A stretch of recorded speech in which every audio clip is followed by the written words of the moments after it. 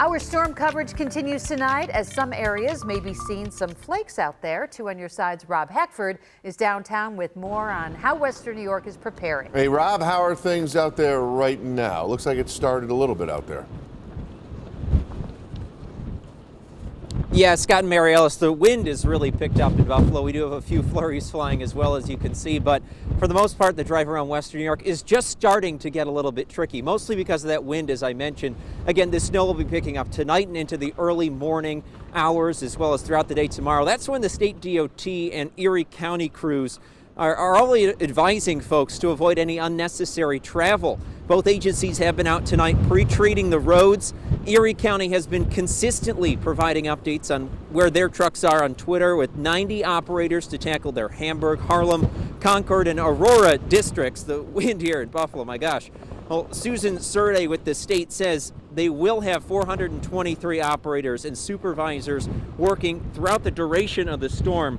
What's new this season is, like a lot of workplaces, COVID has impacted their staffing. So they brought some help in, and for the Buffalo Metro, keep an eye out for a new type of plow, typically only seen in the southern tier. People in the metro area may encounter tow plows for the very first time this winter. And a tow plow essentially is a plow with another plow connected behind it that hydraulically swings out, and it effectively clears 2 travel lanes of snow in one pass. We did bring in 10 operators from the DOT from the Mohawk Valley around Utica.